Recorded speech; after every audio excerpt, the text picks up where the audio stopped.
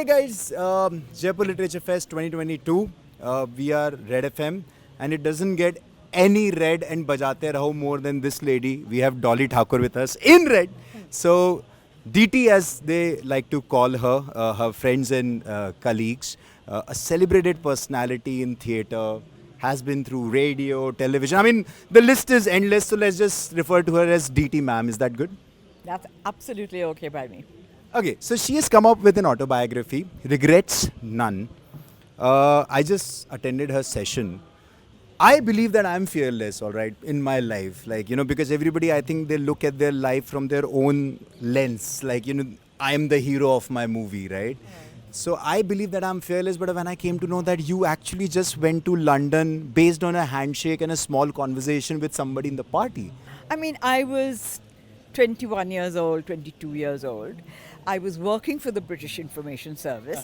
I met the editor of, or the head of the World Service in London at the Queen's birthday where everybody has to be, all the staff. I was a little sub-editor who was earning about 200 rupees a month or something. Okay. And I, pigtails, oily hair, not what the confidence that I'm displaying today. And I had this gorgeous man standing beside me. So he turned to me and said, "Oh, what do you do?" And I said, "I'm a sub-editor." And I had a few more exchanges. And he was gorgeous. If you all remember Stuart Granger from my generation, I don't know any of you whether you remember him, but he was really gorgeous. And he said, "Look, if you ever come to London, there'll be a job for you at the BBC." Now, which fool is not going to jump at that opportunity? Not that I jumped, but it certainly registered with me. And but I had no passport, I had no visa, I had no money. Forget about anything else. And as it happened, the passport officer was standing beside us, Bill Freeman, who was a friend of mine, or who I knew, and he turned around and said, "You don't have a passport?" I said, "No." Next day, he sent me the passport papers, the entry permit forms, and a photographer to take pictures. I mean, before I knew it, I had everything, and I had no money. But as I said, my sister was in Air India, and she was able to get me a ticket in those days, this is 1965, at 700 rupees. Imagine an air ticket to London for 700 rupees. And so he said, but I didn't even have 700 rupees. And neither did my mother, because we were not from the family of businessmen and politicians and things like that. But she put it aside somehow. And before I knew it, I had my ticket to London. And then friends came around, that we've got relatives, go and stay with them, no problem. They came and picked me up from the airport, I went and stayed with them.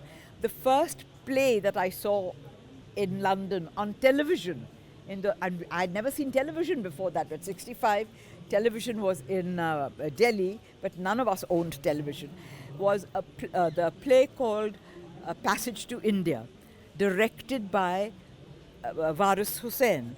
And Waris Hussain is a childhood friend, somebody that I've known. Okay. And he was working for the BBC, and it's the first play that he ever did in the BBC drama service. So, everything seemed to be so beautifully working out. How can I not be happy and positive about life then? Regrets none. It's about your life, and I came to know during the session that there's a lot of stuff that probably the people who are writing it were like, "Do you really want this in your autobiography?" And you were like, "Yes." Family, and not even my family, but Alex's family, said, because they thought that they were gods. They owned everything. And I was writing absolutely honestly as to what happened.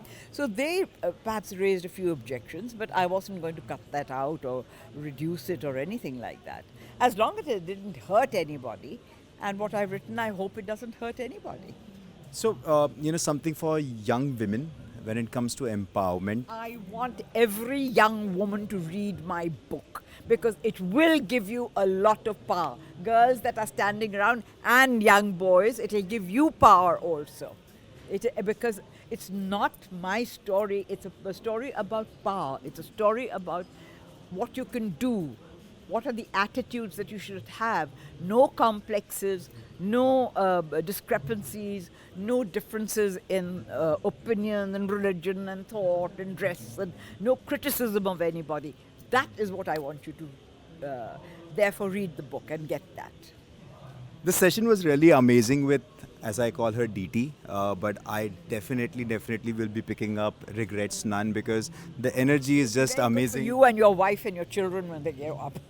All right. On that note, there is Dolly Thakore and Red as Can Be, Bajate Raho as Can Be. We are at Jaipur Literature Festival. It's been a pleasure talking to you, Dolly. Thank you and very much. I mean, she's being humble. Trust me, the session was damn neat, wherein we got to know bits and pieces about her life. Regrets None is the book that we should be actually reading now. Thank you.